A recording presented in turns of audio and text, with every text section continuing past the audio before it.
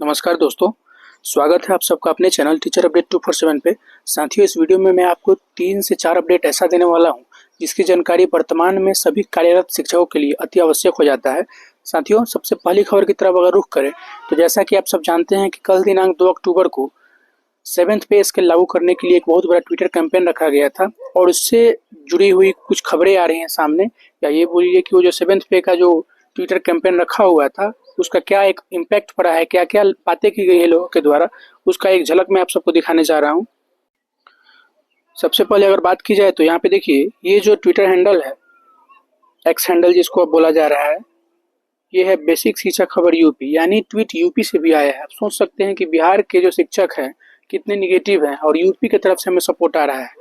वे जो Twitter handle के जो ऑनर हैं वो क्या बता रहे हैं, तो बीपीएससी द्वारा चयनित शिक्षक जो निश्चित रूप से वेतनमान के योग्य है ना, यानी बीपीएससी से जितने भी सिलेक्टेड टीचर हैं वेतनमान के योग्य हैं, सातवें वेतन मान के बिना अपमानित महसूस कर रहे हैं, यह एक गंभीर मुद्दा है। शिक्षकों को उनके काम के अनुरूप उचित वेतन मिलना और उचित वेतन और समान सम्मान मिले, है ना।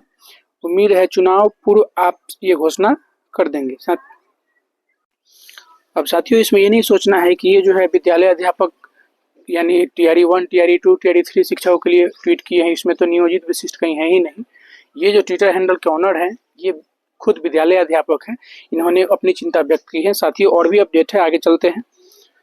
यहाँ पे देखिए, अनीश सिंह जी हैं जो कि 7वां चरण लाने के लिए या टीआरई 1 लाने के लिए हर शिक्षकों के मुद्दे को बिल्कुल सकारात्मकता से उठाते रहते हैं। तो ये क्या बोल रहे हैं, वेतनमान चाहिए तो आपको सड़क पर आना होगा। जब तक शिक्षक सड़क पर नहीं आएंगे उनको वेतनमान नहीं मिलेगा, ये तय मान के चलिए। आंदोलन, धरना प्रदर्शन और अपनी मांगों को बिल्कुल एकदम मजबूती और स्पष्टता से सरकार के सामने रखना है तो सड़क पर उतरना पड़ेगा। इनका ये डिमांड है, इनका ये कहनाम है। टीआरई 3 के कोई शिक्षक हैं, वे क्या लिखते हैं, 7th पे नहीं तो वोट नहीं, हम शिक्षक हैं, भीख नहीं मांग रहे, अपना हक मांग रहे हैं। योग्यता समान है तो वेतन भी समान होना चाहिए। अब और देर नहीं, बिहार के शिक्षकों को 7वें वेतन आयोग का हक मिलना चाहिए।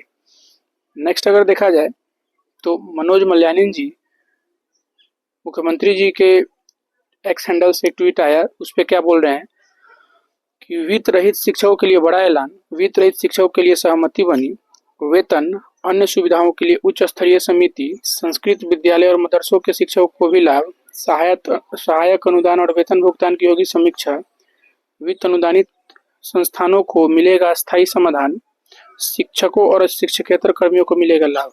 मतलब एक तरफ से समझिए कि इस कैटेगरी के जितने भी टीचर्स हैं इनके लिए गवर्नमेंट कुछ ना कुछ सोच लिया, लेकिन जो लगभग 6 लाख की संख्या में शिक्षक हैं जो अपना वाजिब मांग रहे हैं, इसके लिए सरकार जो है वो सुनने को ही तैयार नहीं। तो ये भी एक खबर आपके लिए जरूरी था। आगे अगर देखा जाए तो अमित विक्रम जी जो कि बर्खास्त हो चुके हैं सेवा से, लेकिन फिर भी शिक्षकों की मांग को मजबूती से उठाते रहते हैं क्योंकि उन्होंने राजनीति में कदम रख लिया है। तो सुप्रीम कोर्ट का जजमेंट है, पिछले महीने 22 अगस्त को आया था, लेकिन बिहार सरकार को इससे क्या फर्क पड़ता है। विशिष्ट शिक्षकों, देखिए यहाँ पे विशिष्ट शिक्षकों की बात आ गई, नियोजित भाई भी इसमें आ जाएंगे, को अपने वाजिब वेतन से भी वंचित रखा है। सभी कोटि के शिक्षकों को, राजकर्मियों को समान वेतनमान देना चाहिए। सभी कोटि के शिक्षकों को, चाहे नियोजित हो, है ना, विद्यालय अध्यापक हो, विशिष्ट शिक्षक हो, प्रधान शिक्षक हो, टेट शिक्षक हो, जो भी राजकर्मी हैं उनको क्या करना चाहिए, समान काम के बदले समान वेतनमान देना चाहिए। लेकिन चाइनीज वेतनमान राजकर्मी बनाकर रख दिया गया है। ठीक है, ये एक बात हुई।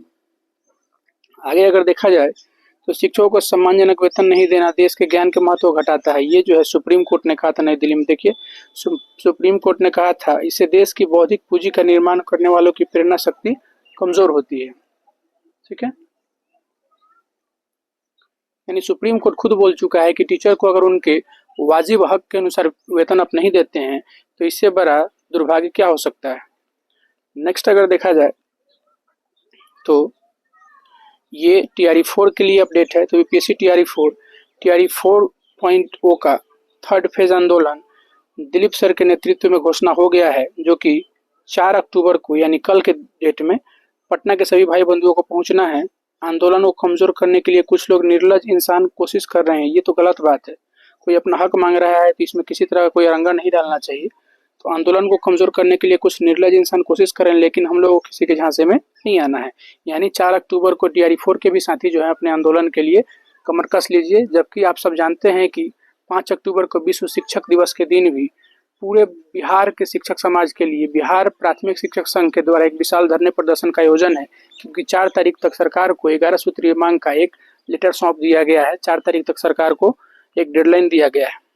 आलोक श्रीवास्तव जी क्या बता रहे हैं, तो BPSC शिक्षकों को 7वें वेतनमान के अनुसार पे लेवल मिले, इसको लेकर दायर याचिका का केस नंबर मिल गया है, जो कि आप सबको मैं बता दूं। केस नंबर आप जाकर देख सकते हैं 16/276/2025 ये केस नंबर है।